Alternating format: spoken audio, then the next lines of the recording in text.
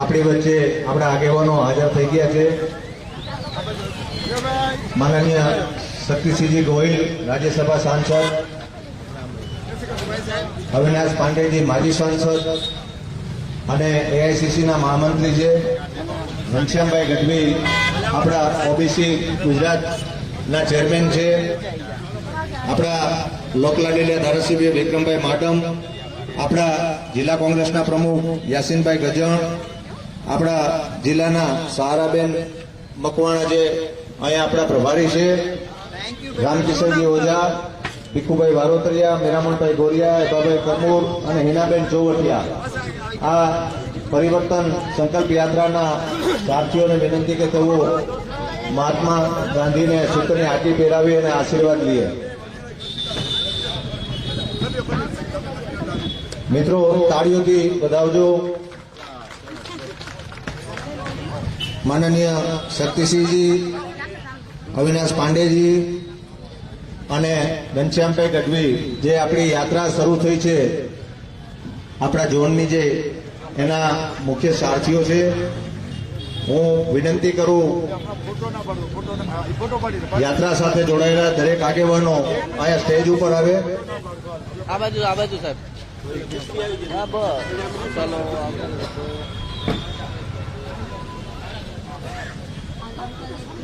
આપણા વિસ્તારના લોકલાડીલા અને લોકો માટે સતત જાગૃત એવા ધારાસભ્ય શ્રી વિક્રમભાઈ માડમ અહીંયા આપણી વચ્ચે છે।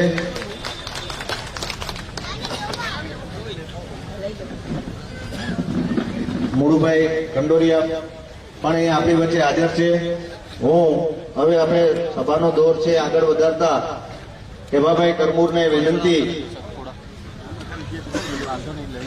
જિલ્લા પંચાયત, તાલુકા પંચાયત, નગરપાલિકા અને ફ્રન્ટલ સેલના જે આગેવાનો અહીંયા પધાર્યા છે તેનો જિલ્લા કોંગ્રેસ સમિતિ વતી અમે હાર્દિક સ્વાગત કરીએ છીએ અને જિલ્લા પંચાયતના, તાલુકા પંચાયતના સદસ્યો છે એમને વિનંતી કે અહીંયા પોતે સ્ટેજ ઉપર આવી જાય। આપણે સભાની શરૂઆત કરતા પહેલા જે મોરબીની હોનારત થઈ છે એને આપણે કોઈ દી ભૂલી શકીએ એવી નથી, એટલે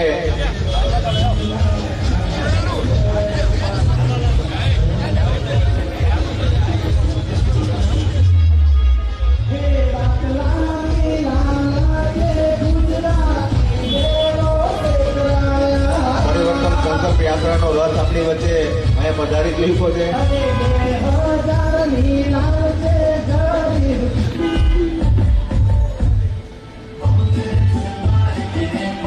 તાલુકા પંચાયત અને જિલ્લા પંચાયતના સદસ્યો અહીંયા હાજર છે, એ આગેવાનોને વિનંતી કે આ સ્ટેજ ઉપર આવી જાય। તાલુકા પંચાયત અને જિલ્લા પંચાયતના સદસ્યશ્રીઓ અહીંયા હાજર છે ત્યાં સ્ટેજ ઉપર આવી જાય।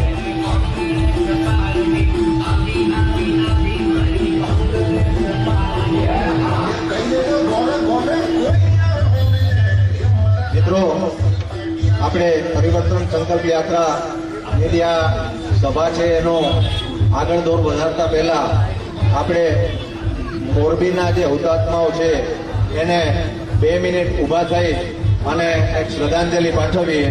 હું બધા આગેવાનોને વિનંતી કરું છું કે 2 મિનિટનું મૌન પાડે।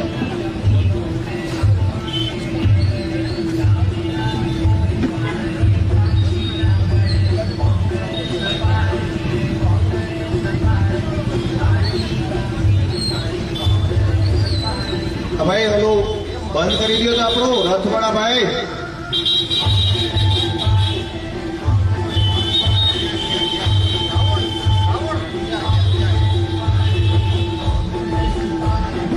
આપણે 2 મિનિટમાં મૌન શરૂ કરીએ।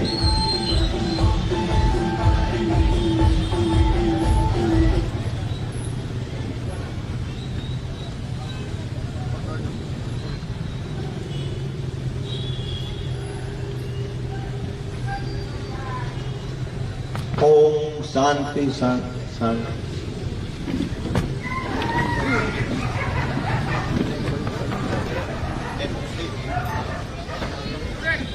હું વિનંતી કરું એબાભાઈ કરમૂરને કે આપણી વચ્ચે પધારેલા આપણી કોંગ્રેસ પાર્ટીના વરિષ્ઠ આગેવાનો અને આ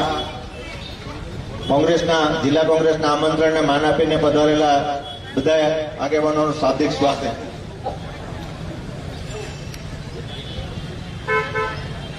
અહીંયા આપણે પત્રકારો માટે અલગથી વ્યવસ્થા જે રાખી છે, બધા મિત્રોને વિનંતી કે તેઓ પત્રકાર મિત્રો જે પધારેલા છે તે અહીંયા એક સ્ટેજની બાજુમાં જે હું આંગળી જીધું છું ત્યાં આવી જાય અને આપણા કોંગ્રેસના આગેવાનોને વિનંતી કે પત્રકારોને જગ્યા આપે.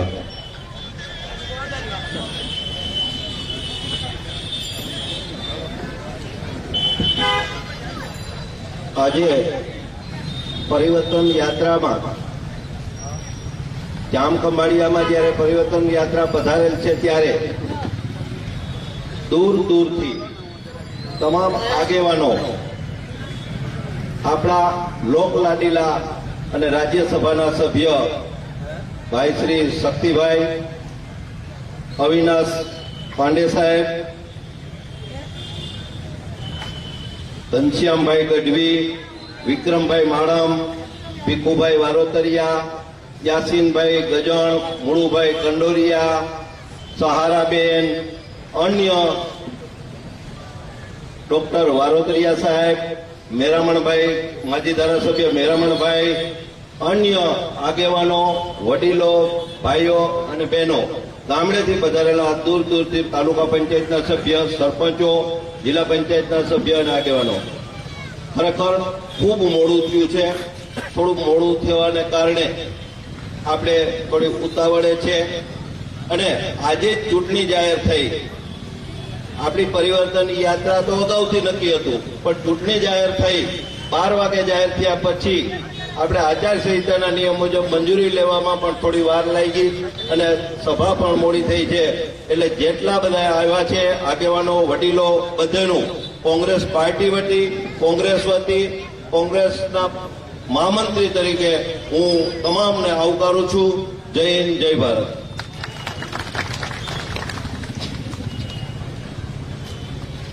પરિવર્તન સંકલ્પ યાત્રાના જે મહાનુભાવ આપણી વચ્ચે છે, હું વિનંતી કરું ઓબીસી ગુજરાત કોંગ્રેસના ચેરમેન ઘનશ્યામભાઈ ગઢવીને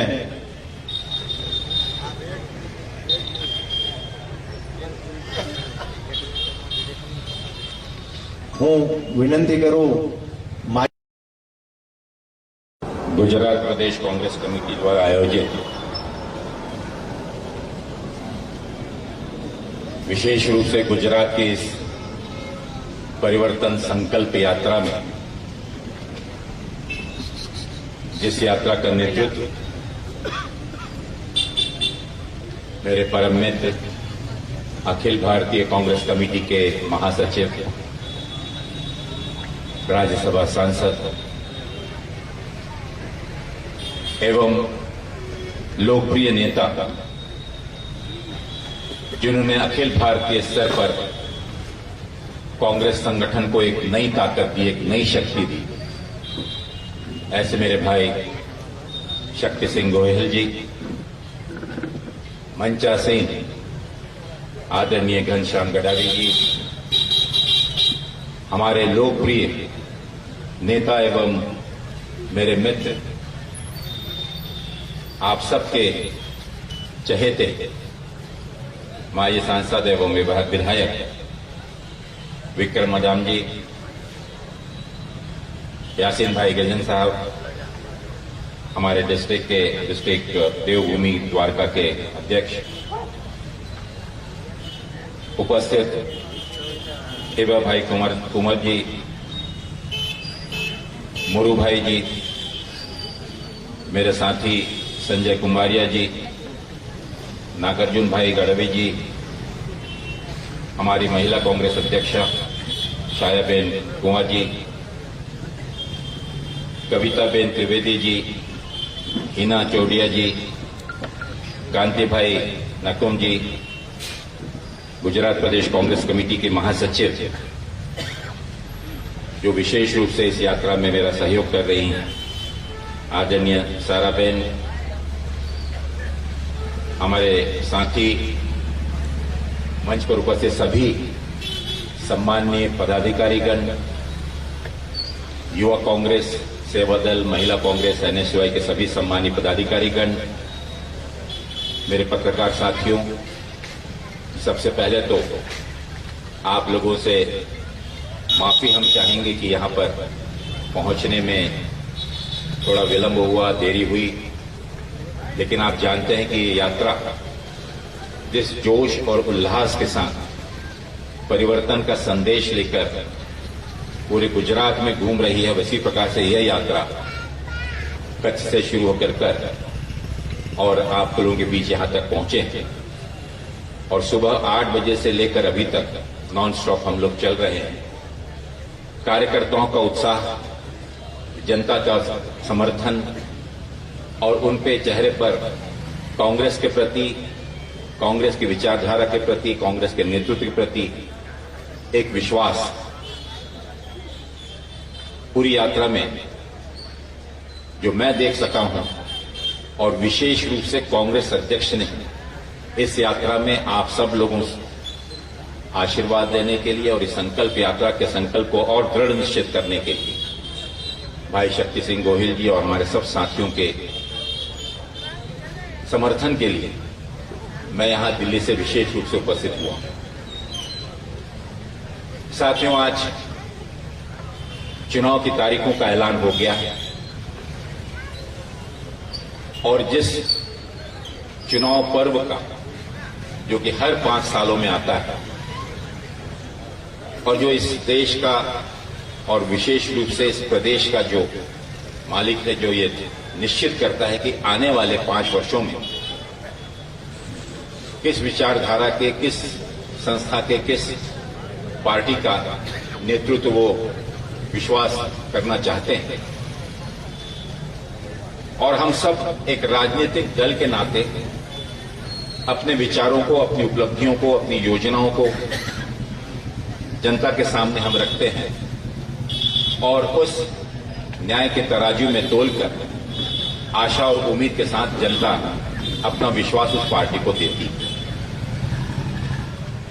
जो आज वातावरण पूरे गुजरात में है, पिछले 27 सालों से जो पार्टी सत्ता में है, अगर हम पलट कर देखें तो आज गुजरात के अंदर की मैं बात करता हूं, गुजरात के 22 ऐसे संगठन हैं जो कर्मचारी संगठनों से लेकर आदिवासी संगठन, युवा संगठन, सरकारी कर्मचारी संगठन, शिक्षक संगठन, हमारे पंचायत के जो हमारे मुखिया संगठन, हर संगठन आज सड़कों पर उतरा हुआ है, आंदोलन कर रहा है।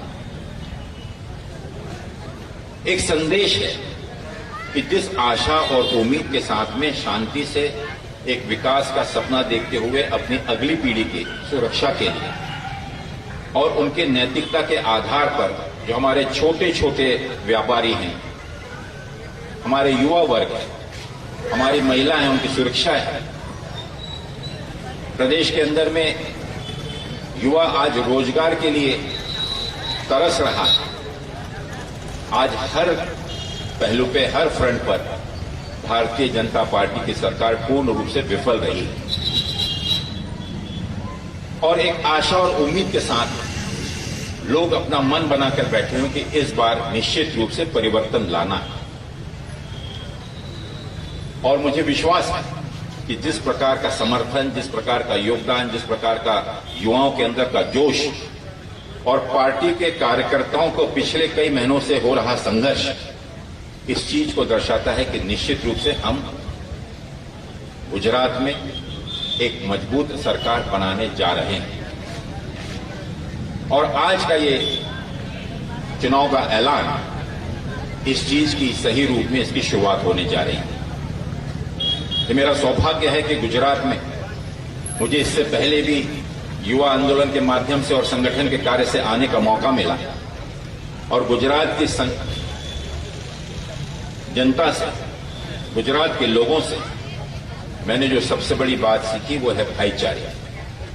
लेकिन दुर्भाग्य की बात है कि आज गुजरात सबसे ज्यादा डिस्टर्ब और हर किसी विषय पर, सिर्फ गुजरात में नहीं बल्कि पूरे देश में लोगों का ध्यान अपनी सभी विफलताओं से अपनी जितनी भी उनकी नाकामियां हैं उनसे हटाने के लिए रोजगार के ऊपर कोई बात नहीं कर सकता, कोई विषय चर्चा रोजगार पे बेरोजगारी पे नहीं हो रही। युवा रोज रास्ता देखता है। प्रदेश के 6000 से ज्यादा पाठशालाएं, स्कूल्स बंद कर दिए गए। प्राइवेट स्कूल्स बढ़ते जा रहे हैं। अगर आप एवरेज देखें तो 700 स्कूल पर सिर्फ एक टीचर मात्र यहां पर है। पीने के पानी की व्यवस्था के नाम पर जहां नल वहां जल के नाम पर भारी भ्रष्टाचार ना ही सिर्फ गुजरात में पूरे देश में हो रहा है। किसानों को बोला गया था कि उनके वस्तुओं का, किसान उपज का दोगुना दाम उनको मिलेगा, आज भी वो रास्ता देख रहा है। कीमतें आसमानों को छू रही हैं।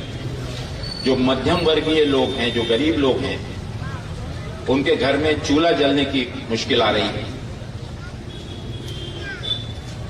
जिस मोड़ पर हम देखें, अगर हम छोटे दुकानदारों को देखें, उनका धंधा व्यापार भी कुछ बड़े समूहों को ज्यादा फायदा दिलाने की दृष्टि से बड़े बड़े मॉल, बड़े बड़े व्यापार शुरू किए जा रहे हैं ताकि छोटे व्यापार बंद हो जाए। इन सभी समस्याओं का अगर निदान है साथियों, तो एक ही चीज है कि देश में लोगों का इन सब विषयों से ध्यान हटाने के लिए देश में सिर्फ एक ही बात की जाती है। जब कभी चुनाव आता है तो उस समय या तो पाकिस्तान हमला कर देता है, या मंदिर, मस्जिद, गुरुद्वारा, गिरजाघर के नाम पर लोगों को बांट दिया जाता है। कभी बुरखा, कभी नमाज, कभी हनुमान चालीसा, इसके नाम पर डिबेट और चर्चाएं शुरू हो जाती हैं। उसका प्रमुख कारण यह है कि सुनियोजित तरीके से आम जनता को कभी भी ये सोचने का मौका ना मिले कि उसकी भलाई, समाज की भलाई, प्रदेश की भलाई, देश की भलाई किन चीजों पर। आज अर्थव्यवस्था पूरे देश की डगमगाई हुई। कोरोना काल में किस प्रकार की मानव जाति पर एक इतना बड़ा प्रहार, प्रकोप जो हुआ, उस समय आपने देखा कि जो अस्पताल, जो यहां की स्वास्थ्य व्यवस्था गुजरात की पूरे देश में जानी जाती थी, कांग्रेस कार्यकाल में यहां पर बड़े बड़े हॉस्पिटल, अस्पतालों में जो दवाइयों की सुविधा दी गई थी, उन सुविधाओं को भी, दवाइयों को भी हटा दिया गया।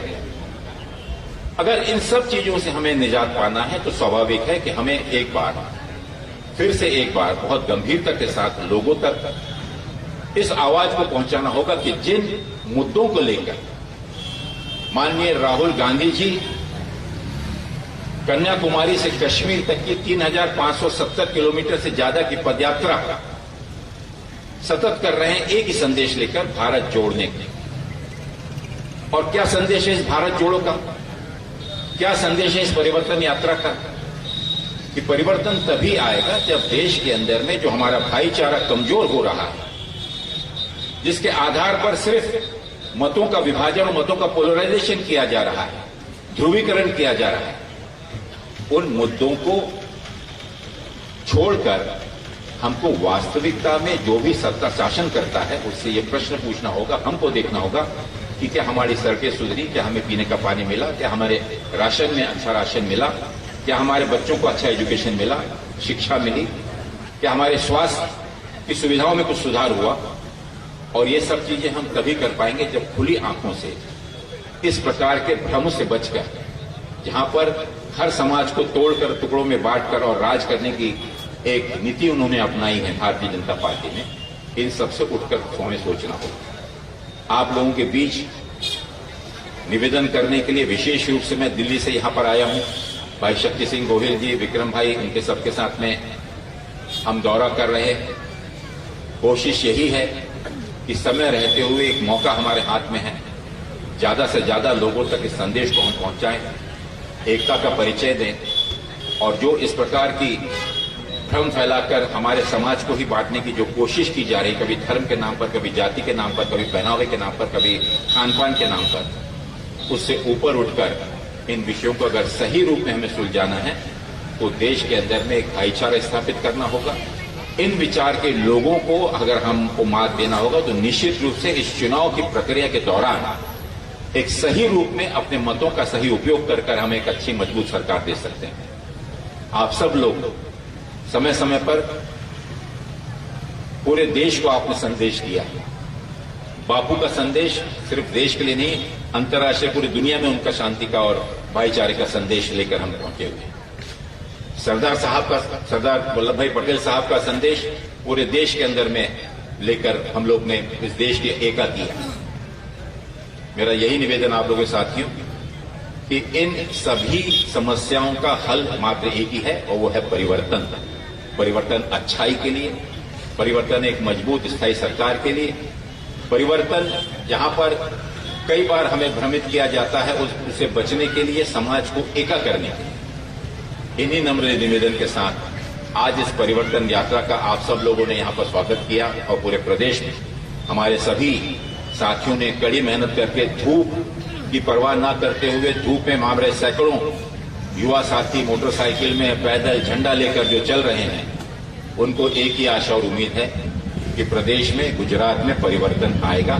और हमें पूरा विश्वास है कि इस परिवर्तन का संकल्प लेने के लिए जो आज हम यहाँ एकत्र हुए हैं, इस संकल्प को दृढ़ता के साथ में हम इस ग्रहण करें और इस दिशा में हम आगे बढ़े ताकि आने वाले दिनों में इस चुनाव में कांग्रेस के उम्मीदवारों को, कांग्रेस के विचारों को बहुमत से हम जिताकर गुजरात में एक मजबूत सरकार बना सकें। पुनः एक बार आप सबका तहे दिल से आभार व्यक्त करता हूं और अपने शब्दों को विराम करता हूं। बहुत बहुत धन्यवाद।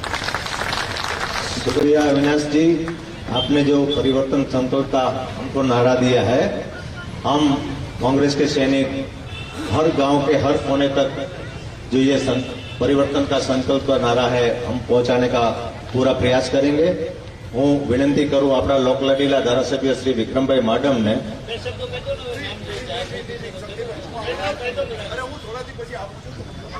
ઘનશ્યામભાઈ ગઢવી અને વિક્રમભાઈએ જે આપણો સમયના ધ્યાનમાં રાખી અને આપણે વચ્ચે જે આપણા મુખ્ય મહેમાનો આવ્યા છે, હું વિનંતી કરીશ આપણા ગુજરાતના પનોતા પુત્ર અને રાજ્યસભા સાંસદ શક્તિસિંહજી ગોહિલને કે તેઓ આપણી આ પરિવર્તન સંકલ્પ યાત્રાને સંબોધે. તાળીઓથી વધાવીએ શક્તિભાઈને.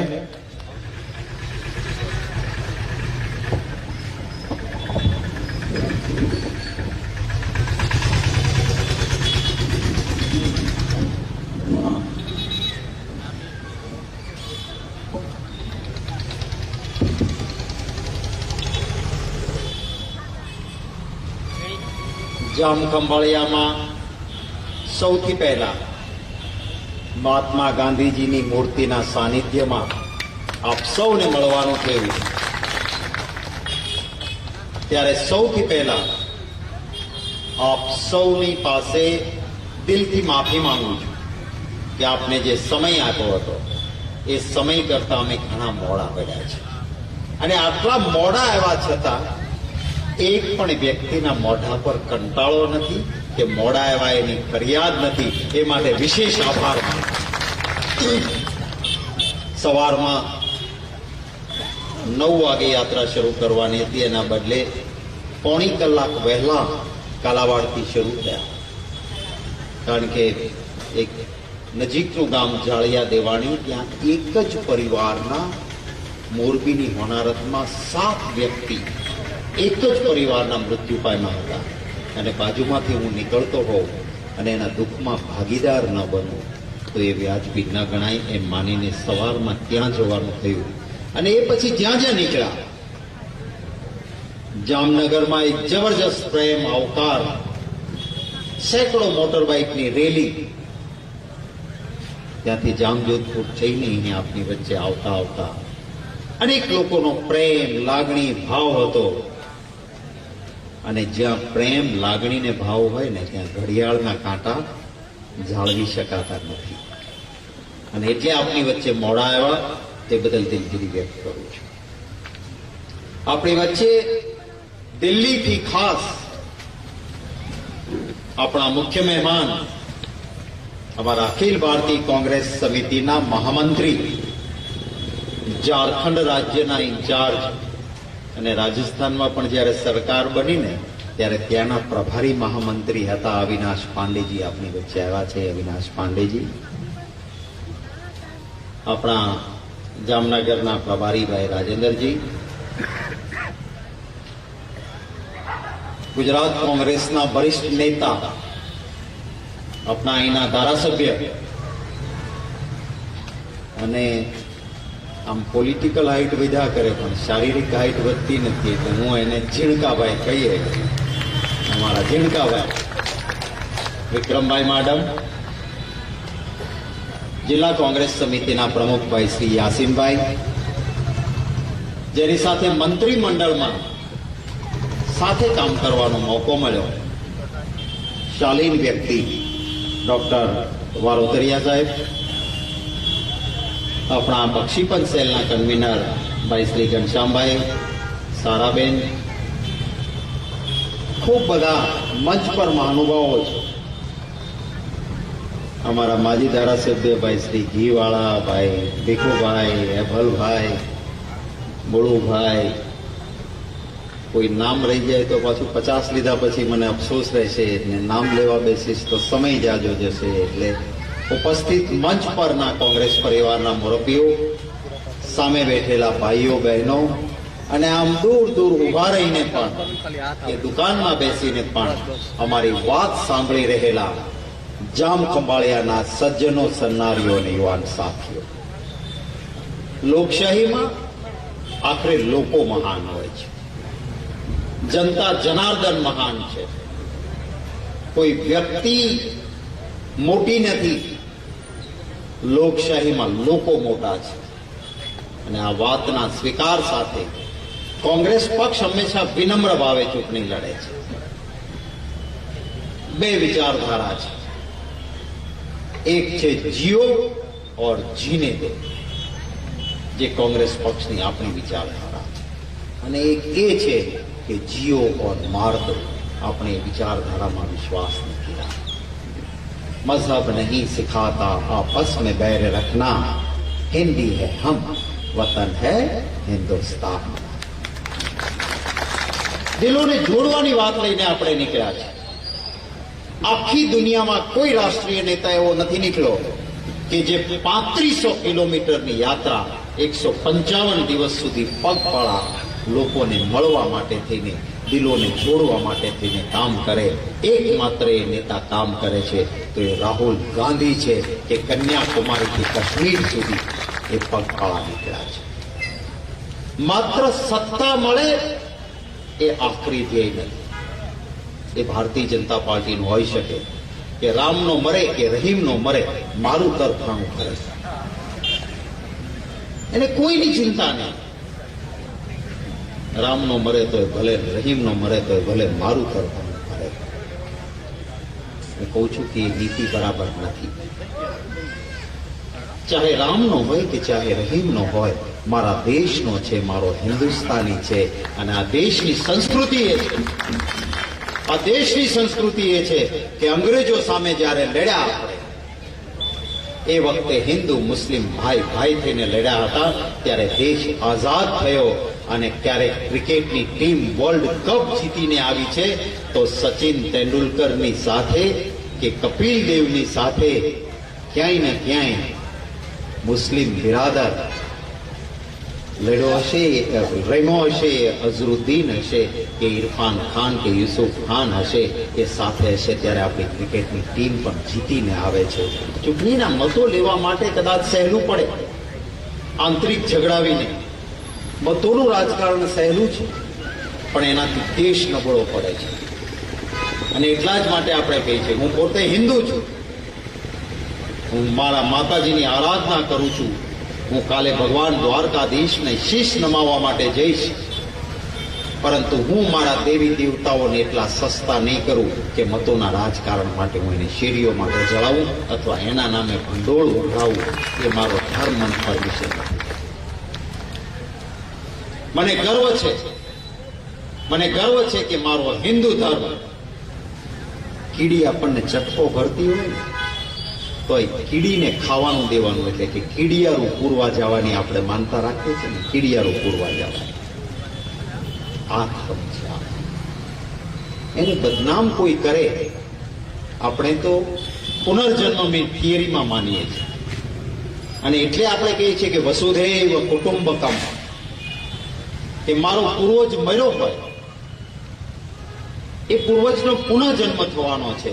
અને હિન્દુ ધર્મ એમ કે દરેક યોનિમાં જન્મ લેવો પડે. એટલે કે મારા પૂર્વજનું મૃત્યુ થયું હોય તો બની શકે કે કોઈ બીજા ધર્મના ઘરે બાળક થઈને પણ અવતરે. અને એટલા જ માટે હિન્દુ ધર્મમાં ક્યારેય માનવ હત્યા જેટલું મોટું પાપ નથી ગણાયું. એ ધર્મ છે. પાક કુરાન શરીફ લો તો એમાં પણ એ જ ભાવના આપી છે, અને હિન્દુ શાસ્ત્રોમાં પણ એ જ ભાવના આપી છે. પણ મતો અને રાજકારણને માટે થઈને કેટલાક લોકો મારા ધર્મને બદનામ કરતા હોય તો એને પણ સમજી લેવાનો સમય આવી ગયો. દેશમાં આજની પરિસ્થિતિને ત્રાજવામાં મૂકજો. હું આ જામખંભાળિયાની બજારમાં એ કહેવા માટે આવ્યો છું. મહાત્મા ગાંધીજીની મૂર્તિ સામેના ચોકમાં એ કહેવા માટે આવ્યો છું કે એક ત્રાજવું લઈને એમાં વસ્તુઓને મૂકજો. ચેલેન્જ સાથે કહું છું, ચેલેન્જ સાથે કહું છું, કોઈ પણ ભાજપનો નેતા આવે એને હું ડોક્યુમેન્ટરી પ્રૂફ સાથે કહી દઈશ, આંતરરાષ્ટ્રીય બજારમાં જે રસોઈ ગેસ આપણે વાપરીએ ને એનો ભાવ આંતરરાષ્ટ્રીય બજારમાં નક્કી થાય. કારણ કે આપણા દેશમાં પૂરો ગેસ એ નથી મળતો. આંતરરાષ્ટ્રીય બજારના ભાવ ઉપરથી થાય. અને આંતરરાષ્ટ્રીય બજારમાં આ ગેસનો, રસોઈ ગેસનો ભાવ કોણ નક્કી કરે? તો સાઉદીમાં અરામકો કંપની છે, સમગ્ર દુનિયામાં એનો ભાવ નક્કી કરે. આપણી કોંગ્રેસની સરકાર હતી, સોનિયા ગાંધીજી અને મનમોહનસિંહજીનું નેતૃત્વ હતું, ત્યારે આંતરરાષ્ટ્રીય બજારમાં સાઉદી અરામકોનો ગેસનો ભાવ આંતરરાષ્ટ્રીય બજારમાં આજ કરતા અનેક ગણો વધારે હતો. અને છતાં કોંગ્રેસનું શાસન હતું ત્યારે ગેસનો બાટલો કોઈ દી 400 રૂપિયાથી વધારે થયો હતો. અહીંયા હોય એ જૂના બિલ કાઢજો. અને આજની તારીખે ચેલેન્જથી કહું છું કે ભાજપના શાસનમાં સરેરાશ આ રસોઈ ગેસ જે છે એનો સાઉદી અરામકોનો ભાવ આંતરરાષ્ટ્રીય બજારમાં ઘટ્યો, ઓછો થયો. અને છતાં 400નો બાટલો 1000ને પાર થયો. આના માટે જવાબદાર કોણ? તમારા ત્રાજવામાં. કહેતા હતા કે બહોત હુઈ મહેંગાઈ કી માર, અબ કી બાર ભાજપા સરકાર. આ આવી અને મોંઘવારી કમરતોડ લાગી. કેટલી થઈ છે? અમારી બહેનો અહીંયા બેઠી છે. આપણે બધા જે પુરુષો છીએ ને એ ઘરનું રસોડું બેન ચલાવતી હોય ને એના બજેટમાં વધારો ન કરીએ કે મોંઘવારી વધીતા બજેટમાં વધારો. એ મારી બહેનો ઉપર ભારણ પડે છે. આ મોંઘવારીનું ભારણ પડે છે. પેટ્રોલ અને ડીઝલ એ વિશ્વમાં કાચું ક્રૂડ આપણે લાવીએ ને એમાંથી આપણે અહીંયા રિફાઇનરીઓ છે એ કાચું ક્રૂડ આંતરરાષ્ટ્રીય બજારમાંથી લાવે. હું ચેલેન્જ સાથે કહું છું, કોંગ્રેસની શાસનના છેલ્લા 3 વર્ષનું સરેરાશ કાઢી લેજો.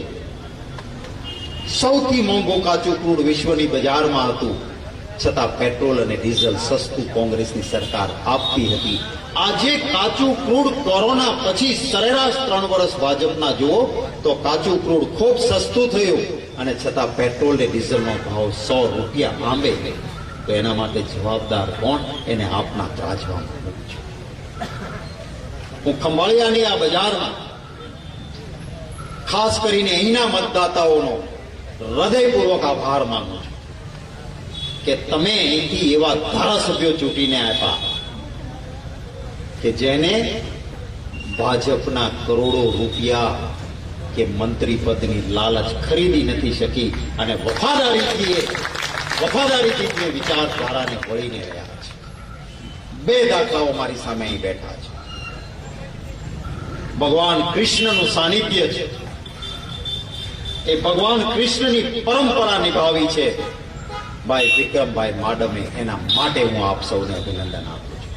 ભગવાન કૃષ્ણ પાસે પક્ષ લેવા માટેની 2 ચીજ હતી. એક તરફ કૌરવોની મહાસત્તા હતી, કૌરવો પાસે બધું જ હતું, અને બીજી બાજુ પાંડવો પાસે 5 ગામ પણ નહોતા. પણ ભગવાન કૃષ્ણએ કહ્યું કે સત્યની સાથે રહીશ. સિદ્ધાંત મારો બતાવે છે કે ભલે મારું સૈન્ય તમે લઈને જાઓ, વચન આપ્યું છે એટલા માટે, પણ હું પોતે સત્યની સાથે, જેની પાસે 5 ગામ પણ નથી તો પણ હું એ પાંડવો સાથે રહીશ. એમ ભાઈ વિક્રમ માડમને જ્યારે કહેવામાં આવ્યું કે 5 કરોડ શરૂઆત કરી, 7 કરોડ, 10 કરોડ, 15 કરોડ ને મિનિસ્ટરનું પદ, પણ તમારો ધારાસભ્ય વેચાણો નહીં. અને એને કહી દીધું કે ગમે તેટલા કરોડ નાખો, મંત્રી તો નહીં, મુખ્યમંત્રી બનાવું તો પણ હું વિચારધારાને છોડીશ નહીં. એ વ્યક્તિ છે આપની વચ્ચે, એને આપ ઓળખજો એટલી હું વિનંતી કરવા. એ તો રાજ્યસભાની ચૂંટણી વખતે ઘણા સોદા કરીને ગયા. હું ભાઈ ઘીવાલાને પણ અત્યારે યાદ કરીશ. અહેમદભાઈની ચૂંટણી વખતે એનોય સોદો કરવાની છે. જે વ્યક્તિએ વિક્રમભાઈ માડમે અહીંના પ્રશ્નો માટે લડત આપી છે, અને હું એને ઝીણકોભાઈ કહું છું, પણ વિસ્તારની વાત આવે ને તો મારી સામે મોરચો માંડતા અટકાય નહીં એવો પ્રકારનો એનું વ્યક્તિત્વ છે. એની છાપ કોંગ્રેસ પક્ષમાં પણ સત્ય વક્તાની અને એસિડ જેવું કડવું પણ બોલે, પણ એ સાચું હોય તો બોલે અને પ્રજાના હિત માટે બોલે, એવી એની છાપ છે. એવો તમારો પ્રતિનિધિ છે, એને મદદ કરજો એ કહેવા માટે હું આવ્યો છું. જુદા જુદા સમાજ વર્ગ ધર્મના ભાઈઓ બેઠા છે, એમને હું કહેવા માટે આવ્યો છું કે આવા ધારાસભ્ય હોય ને ત્યારે વિસ્તારના મતદાતા હોય ને એને કોલર ઊંચો રાખીને ચાલવાની મજા આવે. મને હમણાં એક અમારા કોંગ્રેસના ધારાસભ્ય થોડા કરોડ રૂપિયા લઈને ભાજપમાં મિનિસ્ટર થયા છે. એને ત્યાંથી એક મતદાર મળવા આવે, મને કે હવે છે ને બાપુ, હું જ્યાં રહું છું એનો નથી કહેતો, અને છોકરાઓને ભણાવવા શહેરમાં ઘર લીધું છે, હું કહું હું ન્યાનો છું એમ કહું છું. કીધું એવું કેમ?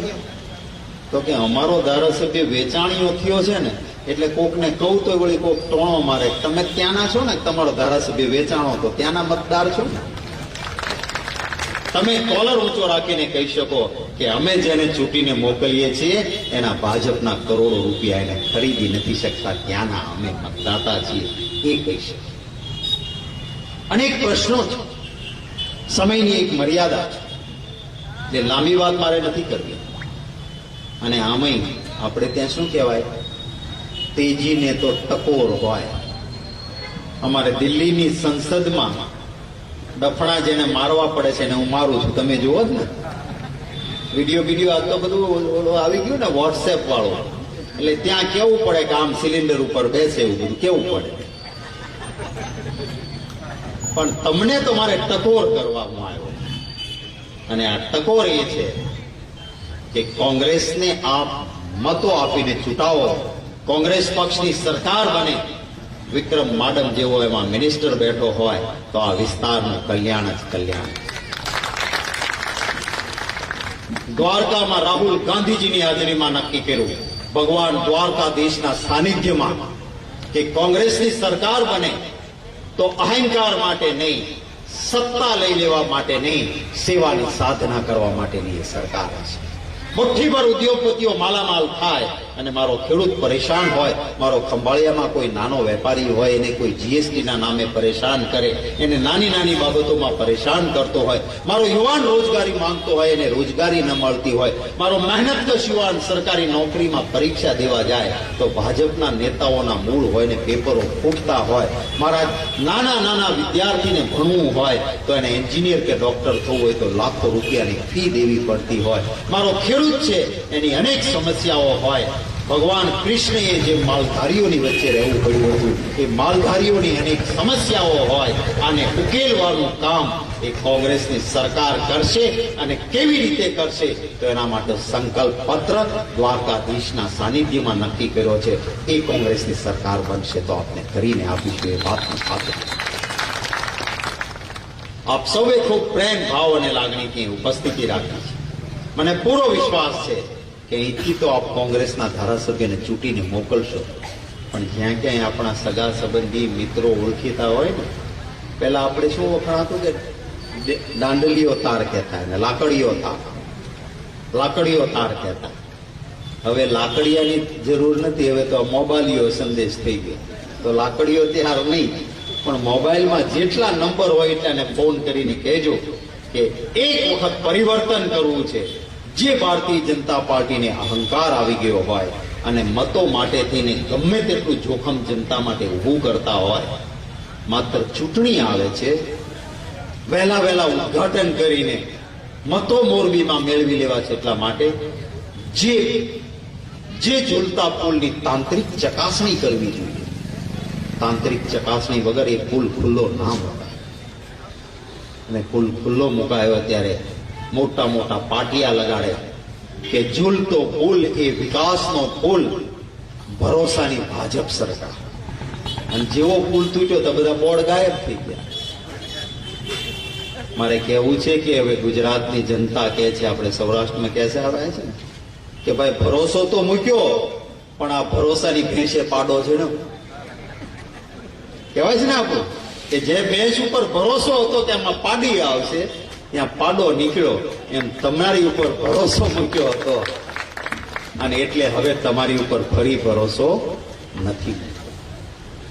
અમારે કોંગ્રેસની એ સરકાર જોઈએ છીએ જ્યાં ડોક્ટર રણમલ વારોતરિયા હતા મંત્રી, અને એ સમયમાં કોઈ ભાજપનો પણ ડોક્ટર કે એન્જિનિયર થયો હોય કોંગ્રેસના શાસનમાં, એને જઈને પૂછજો કે ભાઈ તમે ડોક્ટર થયા, તમે એન્જિનિયર થયા, તો ત્યારે કયા પક્ષની સરકાર હતી અને તમને ડોક્ટર કે એન્જિનિયર થવામાં કેટલા રૂપિયાનો ખર્ચો થયો હતો, પૂછજો જરા.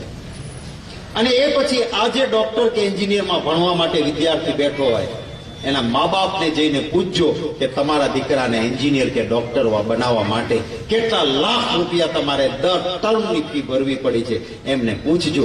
આ અસમાનતાને ટાળવી હોય તો ભાજપને ટાળો અને કોંગ્રેસની સરકાર બનાવો એવી વિનંતી કરવા માટે આવ્યો છું. ખૂબ પ્રેમ ભાવ લાગણીથી આપે મારી વાત સાંભળી. દૂર દૂર ઉભા રહીને યુવાન મિત્રોએ, દુકાનો બેઠેલાએ પણ મને કાન આપ્યો. એ માટે સૌનો અને આપ સૌનો આભાર માનું છું. બહુ જ બધા નેતાઓ અહીં ઉપસ્થિત છે.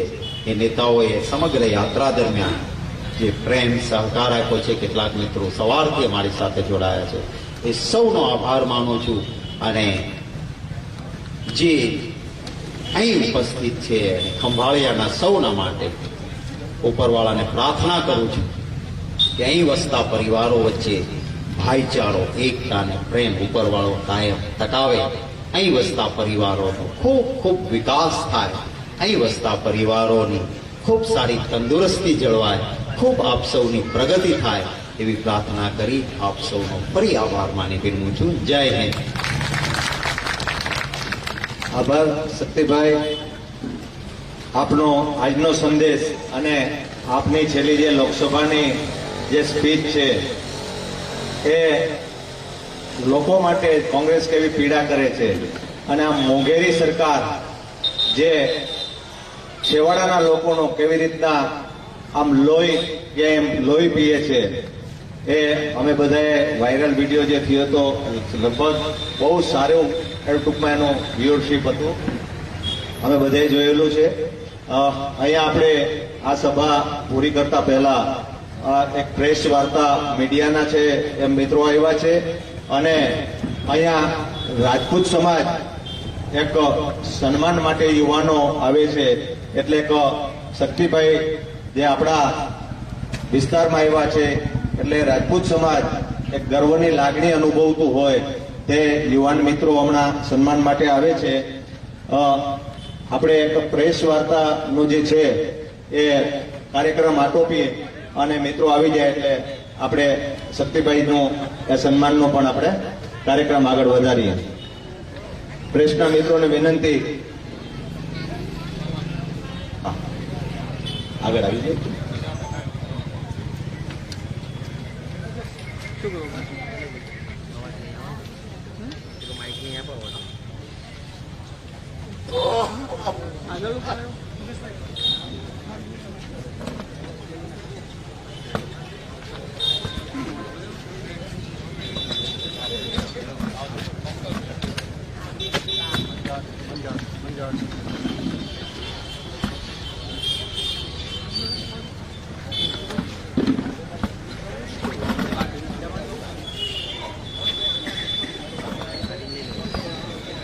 આ બી કોઈ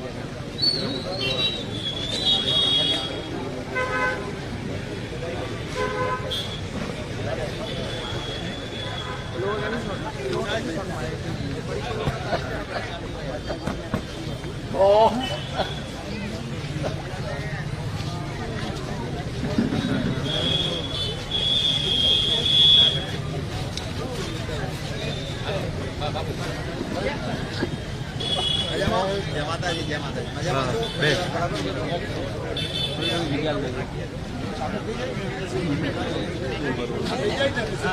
અરે ભાઈ થોડા પાછળ લઈ જાઓ ને. માઇક પાછળ લઈ જશો તો ચાલશે નહીં. હો હો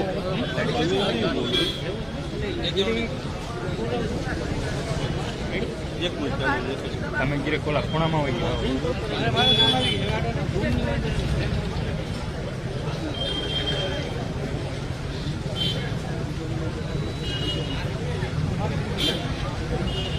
ઓકે છે ભાઈ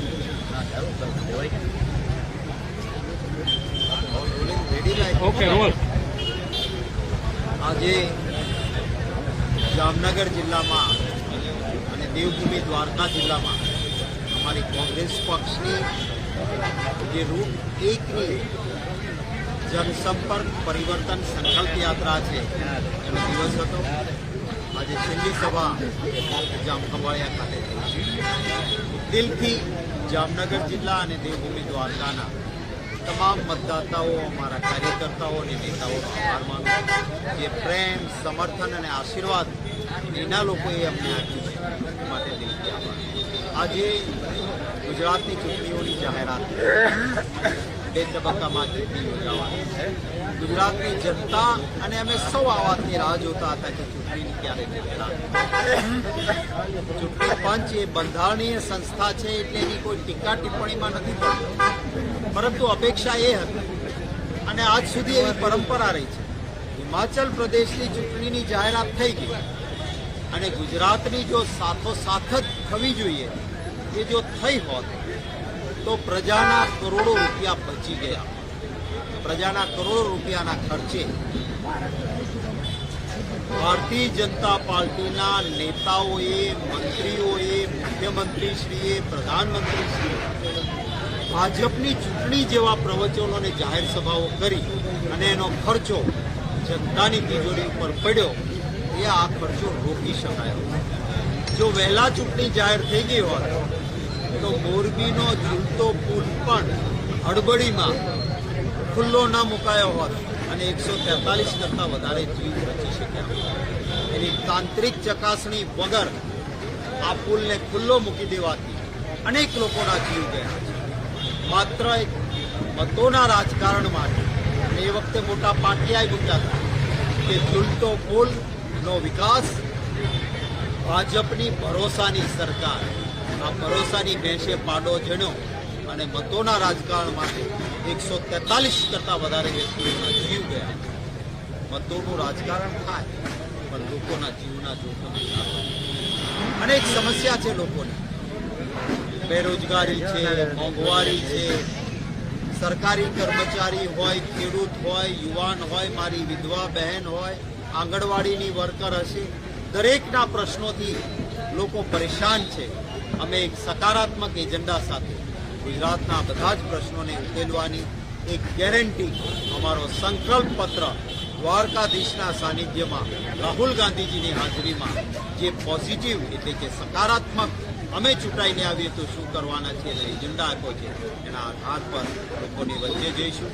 લોકોના આશીર્વાદ, મતો મળે, ગુજરાતમાં કોંગ્રેસની સરકાર બને તો એ મુઠ્ઠીભર લોકો માટે નહીં, તમામ ગુજરાતીઓ માટે કામ કરશે. અહંકારથી નહીં, સેવાની ભાવનાથી કામ કરશે. અને એટલા માટે હું આ માધ્યમથી વિનંતી પણ કરીશ કે પંજાના નિશાન પર કોંગ્રેસને મતો, સમર્થન અને આશીર્વાદ ગુજરાતની જનતા.